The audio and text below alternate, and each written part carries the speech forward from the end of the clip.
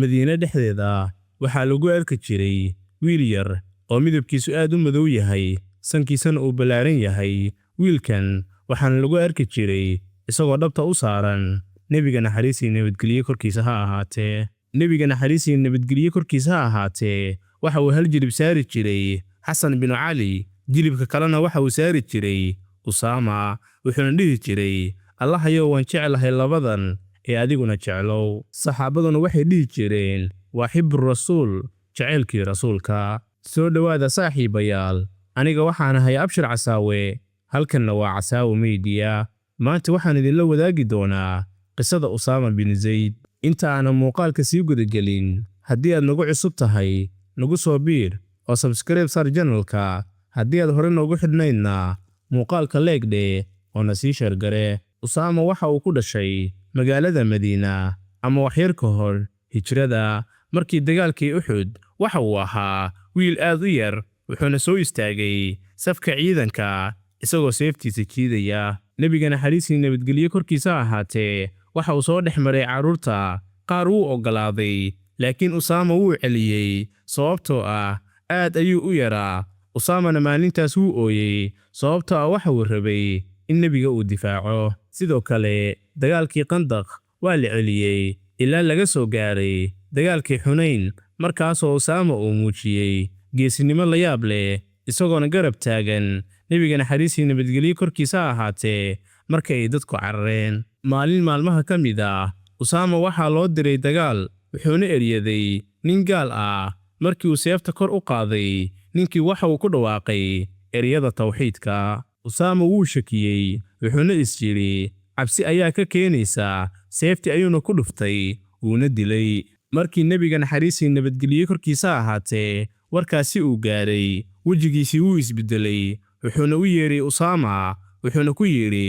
usaamow ma waxaad dishay kadib markii uu ku dhawaaqay tawxiidka usaamana waxa uu yidhi yaa rasuulallah seefta ayuu ka baqayey nebiga naxariis iyo nabadgelyo korkiisa ahaatee waxa uu ku yidhi ma qalbigiisa ayaad jeexday oo waxaad ogaatay inay dhab ka tahay in kale maxaase samayn doontaa haddii maalinta qiyaame ay kuu timaado kelimadda tawxiidka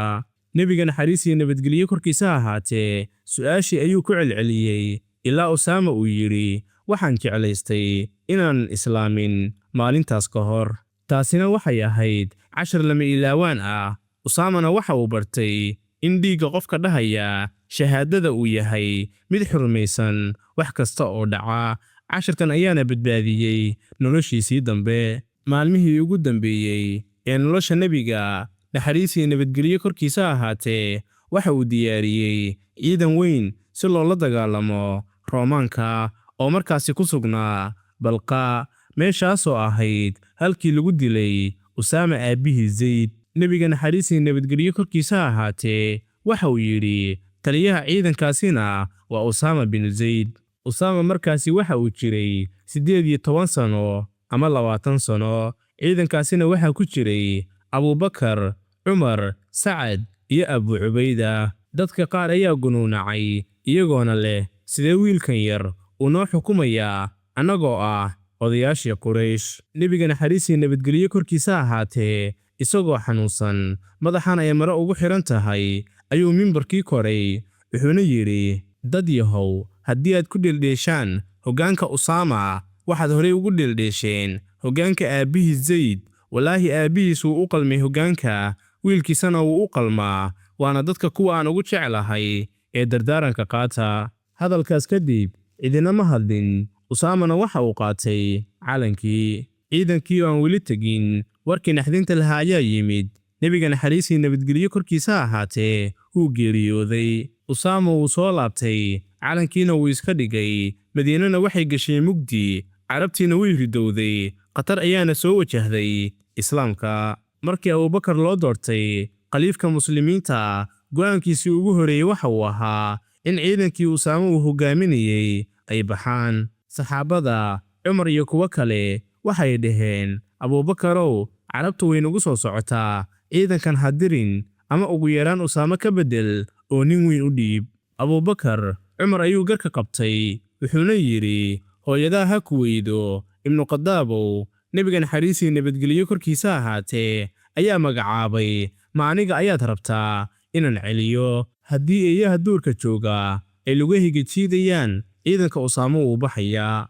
Usaama waxa uu hoggaamiyey ciidankii, Abuubakarna wuu soo lugaynayey si uu u sagootiyo, halka Usaamana uu saarnaa faraskiisa. Usaama waxa uu yidhi, yaa amiirulmu'miniin, soo fuul, waan soo degayaaye. Abuubakarna waxa uu yidhi, wallaahi soo degi maysid, anigana soo fuuli maayo. Ciidankii Usaamo waxay gaareen dhulkii Ruum, waxayna weerareen goobtii aabbihiis lagu dilay. Way guulaysteen, qaniimo badanna way keeneen. Markii ay soo laabteen, carabtii ridowday waxa ay maqleen in ciidankii Usaamo uu soo guulaystay. Cabsi ayaana gashay, waxayna isdhaheen, haddii Ruum ay soo jabiyeen, annaga nooma aabiyeelayaan. Ciidankii Usaamo waxa uu noqday furaha guusha ee lagaga hortagay riddada. 18 jir ayaana badbaadiyey haybaddii Islaamka. Markii fidnadii u dhaxaysay saxaabada ee Cali iyo Mucaawiya ay dhacday, dadku waxay eegayeen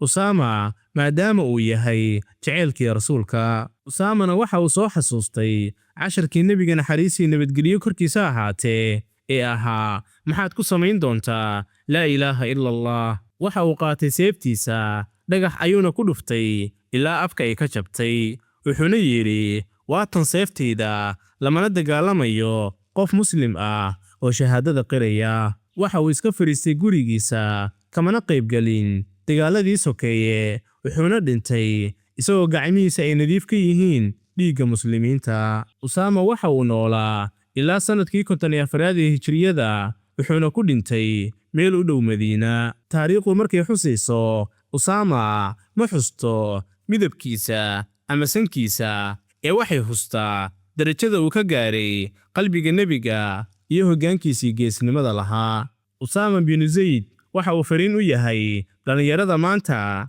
hoggaanka ma ahan garkaaga oo caddaada, ee waa iimaanka iyo go'aanka. 18 jir ayuuna ku hoggaamiyey Abuubakar iyo Cumar. Allaha ka raali noqdo Usaama bin Zayd. Fadlan daawade, haddii aad ka heshay qisadan quruxda badan, fikirkaaga ku aadan qisada noogu reeb qaybta kommentiga. Haddii aad tahay saaxiib nagu cusubna, nagu soo biir oo subscribe sar channelka. Haddii aad hore noogu xirnaydna, muuqaalka leegdhe oo na sii sheer garee si ay u gaaraan saaxiibo badan oo adigoo kala ah oo qisooyinka jecel. Sidoo kale, haddii aad jeceshahay qisooyinka nebiyada, waxaan kuu diyaariyey dhammaan qisooyinka 25 nebi ee Quraanka lagu sheegay, waxaad ka heli doontaa channelka. Sidoo kale, waxay kugu diyaarsan yihiin playlist gaar ah, halkaas ayaadna ka daawan kartaa.